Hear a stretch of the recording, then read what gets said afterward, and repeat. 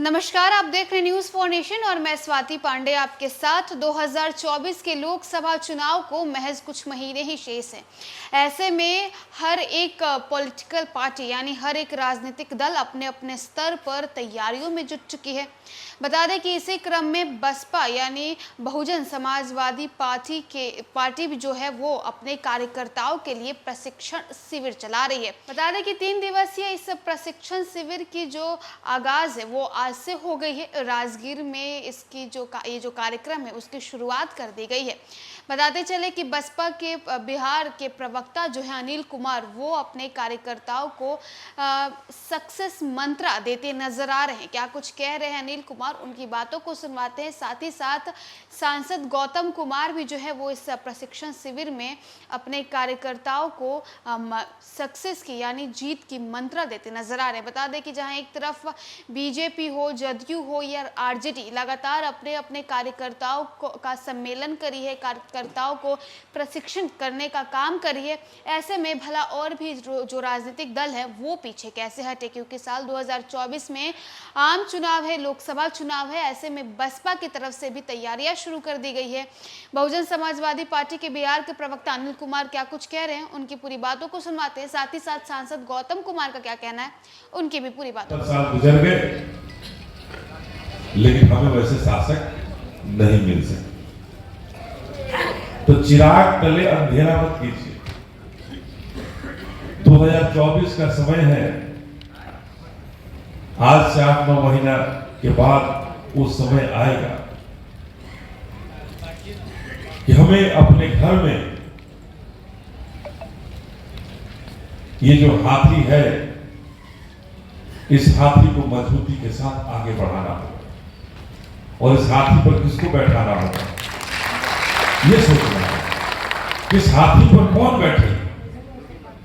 तो हम चाहते हैं कि हमारी बहना हाथी पर बैठकर ऐसा निकले कि भारत का कोई भी उसे रोक नहीं। और जिस दिन हमारी बहना भारत के इस कुर्सी पर बैठ जाती है, शासक की कुर्सी पर बैठ जाती है, मैं तो विश्वास दिलाता हूं और मुझे पूरा भरोसा है कि आप सबों के अंदर भी वो विश्वास है कि जिस तरह से उत्तर प्रदेश में 4 बार मुख्यमंत्री रहने के बाद सामंतवाद और मनुवाद नहीं बोल पाया,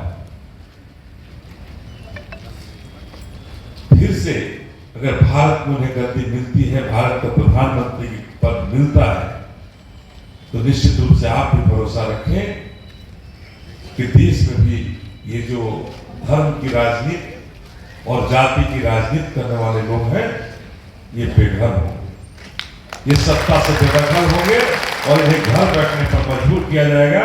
इनके पीछे किसी के पीछे ईडी और सीबीआई लगाने की जरूरत नहीं पड़ेगी। जनता मजबूर करके इन्हें घर पहुंचा देगी और घर बैठा देगी। ये हमारे शासक बनना का कमाल है। तो हम कहना चाहते हैं कि आज 3 डिसमिल जमीन की बात हो, लेकिन जो मिशन है वो मिशन पूरा होना चाहिए। अगर हमारे सैनिक जो लड़ाई लड़ते हैं, जो लड़ाई लड़ने के लिए जो बॉर्डर पर जो उपस्थित हैं, ठंड के मौसम में बर्फ में टेम्परेचर माइनस में रहता है, टेम्परेचर माइनस में रहता है, ठंड लगते रहती है, ठंड से सिकुड़ते नहीं है, उनके चेहरे पर मुस्कान होता है कि उनका मिशन है कि उन पाकिस्तानियों को हम अंदर नहीं आने दें, उन बांग्लादेशियों को अंदर नहीं। तो हमारा भी मिशन है कि हम अपने मिशन में कब कामयाब होंगे। ये जो बाबा साहब और माननीय काशी राम साहब के मूर्तियों पर फूल चढ़ाने से हमारा मिशन पूरा होगा या हमारी मजबूती से हमारा मिशन? तो बाबा साहब की उन कहानियों को याद कीजिए जिसमें बाबा साहब ने कहा था कि हम संविधान तो बना रहे हैं, लेकिन संविधान जब तक लागू करने वाला अच्छा नहीं होगा। संविधान तो मैं अच्छा बना रहा हूं, अपने लोगों के हित में बना रहा हूं। प्रदेश से हमारे जो मेन मेन जो कार्यकर्ता हैं उनको बुला लिया गया है और आगामी लोकसभा चुनाव को मद्देनजर रखते हुए उन्हें प्रशिक्षण दिया जाएगा, जिसमें तमाम सारी बातें हैं जो पार्टी की उद्देश्य क्या है, पार्टी का बहुजन मिशन क्या है और वोट की पावर क्या है, संवैधानिक अधिकार क्या क्या है, संविधान क्यों जरूरत भारत देश के अंदर है और जो करंट में जो राजनीतिक सिनेरियो है इस देश की तरफ किधर लेकर जा रहा है, इन सारे मुद्दों पर हमारे जो प्रशिक्षक बाहर से भी आए हुए हैं, लोकल के भी बिहार के प्रशिक्षक हैं, वो सारे लोग मिलकर के करीब अभी आज जो कार्यकर्ता इकट्ठे हो रहे हैं, फिर 3000 कार्यकर्ताओं को पूरे प्रदेश में हम यहाँ पर 3 दिन में प्रशिक्षण देने का काम करेंगे, जो आगामी लोकसभा के चुनाव के मद्देनजर ही सारा काम किया जाएगा। विपक्ष को एक जगह कर रहे हैं लोग नीतीश कुमार, इस पर क्या करना चाहते हैं? कहाँ कर रहे हैं? उनको कर रहे हैं जिनके पास कुछ नहीं, दिल मिले ना मिले हाथ मिलाते रहिए वाली कहावत चल रही है यहाँ पर, उससे कुछ नहीं होने वाला। देखिए, इस देश के अंदर भारतीय जनता पार्टी को अगर एकमात्र को रोक सकता है तो बहुजन समाज पार्टी को रोकती है और ये इससे पहले हुआ भी है और ये फिर होगा। बिहार की जनता ने इस बार ठान लिया है कि पूरी ताकत के साथ में भारतीय जनता पार्टी को हम रोकेंगे और बीएसपी मजबूती के साथ में हम मुकाबला करेंगे। अच्छा सर, आपको क्या लगता है कि नीतीश कुमार जो विपक्षियों को एकजुट कर रहे हैं उसका कुछ असर पड़ेगा भाजपा पर? देखिए, कोई असर नहीं पड़ेगा, ये सिर्फ एक शगुफा है। जो मेन मुद्दे हैं उनमें रह करके कोई इन लोगों ने काम नहीं किया, जनता के लिए किसी ने कोई काम नहीं किया। अगर आज बिहार की अगर मैं बात करूं तो बिहार में शिक्षा का स्तर सबसे खराब स्तर माना जाता है, लॉ एंड ऑर्डर की सिचुएशन बहुत बुरी हालात में है।